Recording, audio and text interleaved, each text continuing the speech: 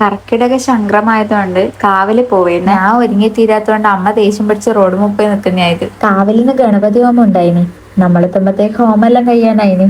പിന്നെ കുറിയും വാങ്ങിച്ച് നേരെ ചോറുന്നാ വിട്ട്. അല്ല, നമ്മളെ മെയിൻ ഉദ്ദേശം അതന്നെയാണല്ലോ. കാവിൽ വെച്ചിട്ട് എല്ലാ വർഷവും കർക്കിടക മാസത്തിൽ രാമായണ പാരായണം നടത്തലുണ്ട്. അതിന്റെ ചെറിയൊരു ഉദ്ഘാടനമായി കാണുന്നത്. ഏതെന്റെ അതേ സൈസിലുള്ള ഒരെണ്ണത്തിനെ കണ്ടുകിട്ടിയിട്ടുണ്ട്. സൈസ് മാത്രല്ല, അതുപോലെ തന്നെ പൊട്ടിത്തെറിഞ്ഞാന്ന് തോന്നുന്നു. കാവിനടുത്ത് തന്നെയുള്ള കുറച്ച് മുതിർന്ന ആൾക്കാർ കൂടിയിട്ടാണ് രാമായണ പാരായണം നടത്തുന്നത്. സാധാരണയായിട്ട് വല്യമ്മയും ഇളയമ്മയും അമ്മയും എല്ലാരും പോവാറുണ്ട്.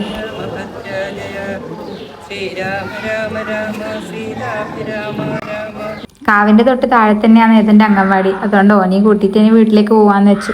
പോന്ന വഴിക്കുന്ന പീനട്ട് ഫ്രൂട്ട് കിട്ടിയിട്ടുണ്ടായിനെ. നമ്മൾ ആദ്യമായിട്ട് ഇത് കഴിക്കുന്നത്. ഇതിനെങ്ങനെയാ പീനട്ട് ഫ്രൂട്ട് എന്ന് പേര് വന്നതെന്ന് എനിക്കറിയില്ല. എവിടെയോ ഒരു ചെറിയ പീനട്ടിന്റെ ടേസ്റ്റ് വരുന്നുണ്ട്. അംഗൻവാടിയിൽ എത്തുമ്പോഴത്തേക്ക് പിള്ളേരെല്ലാം ചോറ് ഇന്നല നമ്മളെ കണ്ട് പിന്നെ ഏതും തിന്നുന്നവരെല്ലാം ആക്കിയിട്ട് എങ്ങനെയല്ലോ കൂടി എണീച്ച് വരും ഏതിനും തോന്നുന്നു.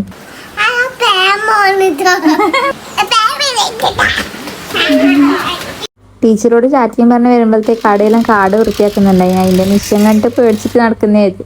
ഇത് പിന്നെ സ്ഥിരം പരിപാടിയാണ്. വഴിക്കുള്ളൊരു വീട്ടിൽ നിന്ന് ചെറിയ പറിച്ച് തിന്നല്. നടന്നിട്ട് ക്ഷീണമായി എനിക്ക് കുറച്ച് ഇരുന്നിട്ട് വരാന്നും പറഞ്ഞ് ഇരിക്കുന്നതായത്. വീട്ടിലെത്തിയപ്പാട് എന്റെ കുറച്ച് അഭ്യാസങ്ങൾ കാണിച്ചു തരാന്നും പറഞ്ഞിട്ട് പഴയ കടക്കി എടുത്തിട്ട് ചെയ്യുന്നതായത്. ചായക്ക് നല്ല പപ്പടം പോലത്തെ പൊങ്ങിയ പത്തലാക്കിയിട്ടുണ്ടായിനെ. പക്ഷെ പപ്പടം പൊടിഞ്ഞു പോകുന്ന പോലെ എല്ലാം പൊടിഞ്ഞും പോയിട്ടുണ്ടായിന്. ഞാൻ പോണ്ടെന്ന് പറഞ്ഞാൽ അതൊന്നും കേൾക്കാണ്ട് ആ കുതിര എടുത്തിട്ട് പോകേണ്ട ആവശ്യം ഉണ്ടാവും. വീണിച്ച് കൈക്ക് ചെറുതായിട്ടൊന്ന് മുറിഞ്ഞിട്ടാ തിരിച്ചു വന്നെ. വേദന ഉണ്ടാ? അപ്പൊ ശരി, അടുത്ത വീഡിയോ കാണാം.